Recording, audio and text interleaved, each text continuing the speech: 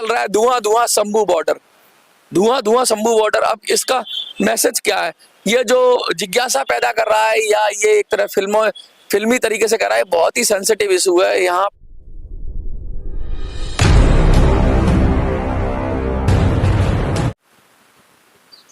नमस्कार, मैं मनोज सुराजी और आप देख रहे हैं मिनी संसद।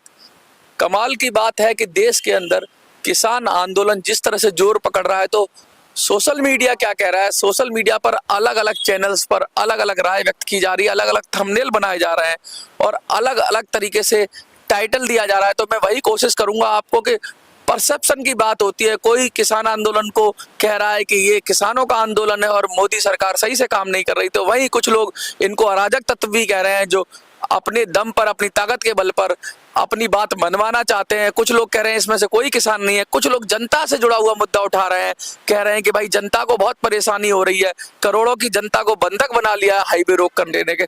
अलग अलग लोगों की अलग अलग राय है। ऐसे ही सोशल मीडिया पर भी वॉर चल रहा है। तो मैं आज आपको दिखाने की कोशिश करूंगा कि बड़े बड़े चैनल्स और छोटे छोटे यूट्यूबर्स किस तरीके से क्या क्या लिख रहे हैं सोशल मीडिया पे। मैं बस वो पढ़ूंगा और आपको कोशिश करूंगा कि सबसे पहले मैं कहूंगा न्यूज 18, इसका एक थंबनेल मैंने देखा है, आ गया पीएम मोदी का आदेश, कल सुबह तक बॉर्डर खाली।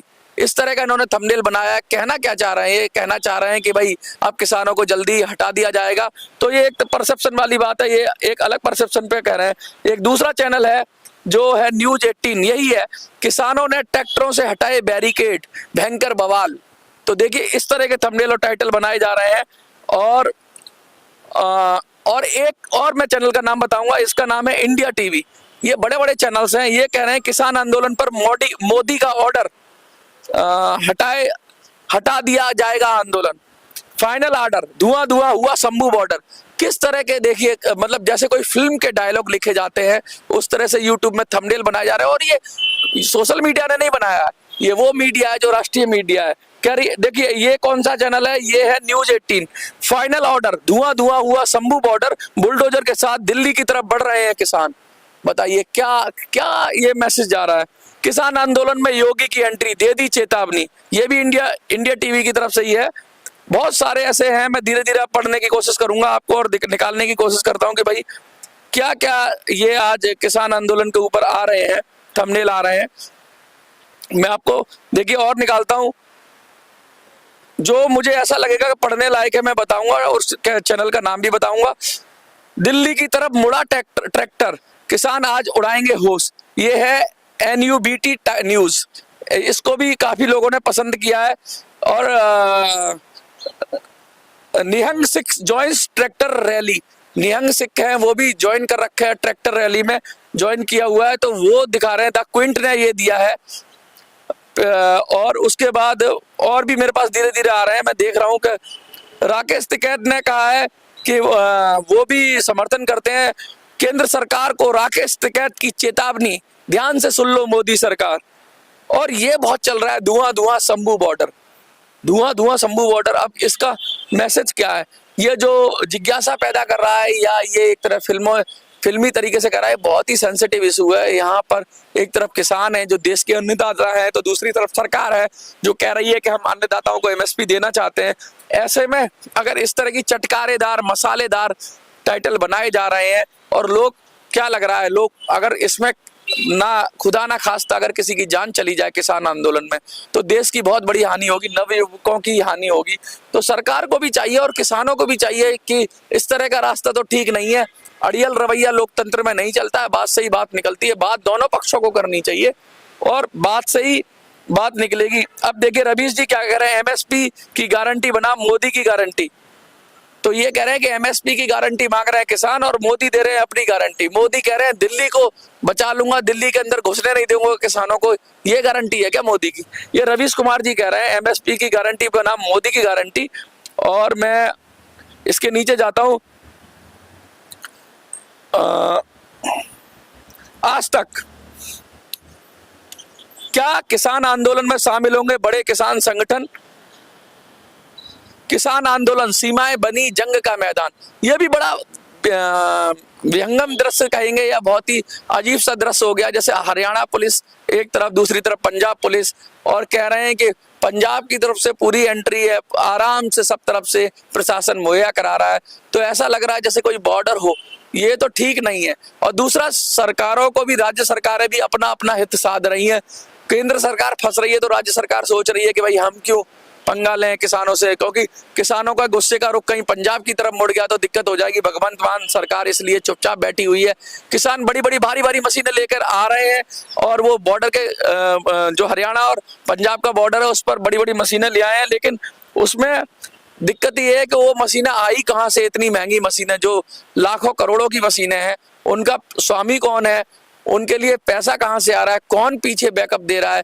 क्योंकि आंदोलन होता है तो आंदोलन में टेंट लगा लिया, तंबू लगा लिया, अलग चीज है, लेकिन अगर बड़ी बड़ी मशीनें आ रही हैं तो क्या, क्योंकि इतनी बड़ी मशीन हासिल करना बड़ा आसान काम नहीं है, किसी ना किसी ठेकेदार के पास ही ये मशीनें होती हैं, इनका भी लाइसेंस होता है, तो क्या, और अक्सर सरकारों के पास होती है, सरकारी काम करते हैं, तो कोई भी अपनी मशीन देगा तो कल को अगर उसका नाम आएगा तो उसके ठेके या उसकी कंपनी ब्लैक लिस्टेड हो सकती है। तो ये मशीनें कहाँ से आ रही हैं इतनी बड़ी बड़ी, और ऐसा माहौल हो गया जैसे युद्ध का सा माहौल हो गया, एक तरफ किसान है और दूसरी तरफ सरकार है। बड़ी मोदी सरकार की जान तो आफत में है ही है, तो इसमें बीच का रास्ता कुछ निकलता हुआ अभी तो दिख नहीं रहा है। संघर्ष पूरी तरह से तैयार है और संघर्ष पर ही खेली जा रही है, लड़ाई पूरी तरह से कायम है। लेकिन ये मोटी बात आ रही है कि मोदी सरकार ये समय निकालना चाह रही है। मोदी सरकार चाह रही है कि ये जो क्रिस्टल समय है ये निकल जाए, क्योंकि अब सरकार के कुछ ही दिन बचे हुए हैं। वो अब ये झंझट में पड़ना नहीं चाहती कि उनके माथे पर कोई बदनुमा दाग लगे, कोई अनहोनी घटना हो जाती है। अगर किसान आंदोलन में कुछ लोगों की जान चली जाती है तो फिर उसके ऊपर विपक्ष सरकार के ही सर पर ये ठीकरा फोड़ देगा। तो सरकार भी, मुझे लगता है मोदी सरकार इस बात का वेट कर रही है कि जल्दी से जल्दी चुनाव आयोग ये घोषणा कर दे चुनावों की, जिससे उसका पल्ला झड़ जाए। तो आने वाले 10-15 दिन सरकार ये चाहती है कैसे भी बातों में, और किसान भी इस बात को समझ रहे हैं कि ये 10-15 दिन बड़ा क्रिटिकल टाइम है, सरकार ये टाइम निकाल देना चाहती है। और किसान 1 मिनट भी सरकार को अवसर नहीं देना चाहते हैं, घेर के रखना चाहते हैं। बीच में चुनाव आयोग आ गया, अगर उसने आचार संहिता लगा दी तो मोदी सरकार कह सकती है भाई कि अब हम क्या करें, क्योंकि आचार संहिता लग गई, अब हमारे हाथ में कुछ नहीं है, हम बड़ा डिसीजन नहीं कर सकते हैं। देखो नेता कितने होशियार है, उन्होंने ये भी बता दिया है कि विशेष सत्र बुलाओ। मोदी सरकार को किसान नेताओं ने बोल दिया है कि भाई विशेष सत्र बुलाओ, और विशेष सत्र बुलाकर किसान आंदोलन के लिए अगर कोई एक्ट बनाना है, मतलब ये किसान की मांगों के लिए कोई कानून पास करना है, किसी कानून के जरिए करना है, एमएसपी गारंटी का कानून बनाना है, तो विशेष सत्र बुला लो और फटाफट इसको कर दो। लेकिन क्या ये आंदोलन उतना बड़ा हो पाया है? क्या इसमें सब नेता मिल पाए हैं? क्या इनको जन समर्थन मिल पाया है? क्योंकि 14-15 हजार की अभी ये बता रहे हैं भीड़, 14-15 हजार की जगह 20 हजार भी आप मान लो तो 20 हजार से कोई आंदोलन नहीं होता। बस ये आंदोलन इसलिए हाईलाइट हो रहा है कि किसानों की बात हो रही है। दूसरा, किसानों के पास कोई पतंगबाजी करके ड्रोन को गिरा रहा है कोई, तो इसमें इतना कुछ मसाला है इस आंदोलन के अंदर। मसाले से मेरा मतलब है इसके अंदर कुछ एक्स फैक्टर है, जैसे इतनी बड़ी मशीन लेके आए हैं किसान कि भाई सरकार को गिरा देंगे या सरकार के इसके लगाए हुए बैरिकेड्स को हटा देंगे, तो वो मशीनें हैं, जेसीबी है, ये सब चर्चा बन रही है और ये सब एक्स फैक्टर है जिससे न्यूज बन रही है। और बाकी मसाला तो सोशल मीडिया और बड़े यूट्यूब चैनल से हैं, और उसके साथ साथ नेशनल मीडिया है, मसाला वो भी दे रही है। लेकिन इस मसाले में कहीं मेन मुद्दा दब जाए, इस बात को ध्यान में रखना है। आपको भी क्या लगता है, क्या इस समय दोनों तरफ से खींचतान के अंदर क्या देश के लोगों का कुछ अहित ना हो जाए, कुछ लोगों का नुकसान ना हो जाए?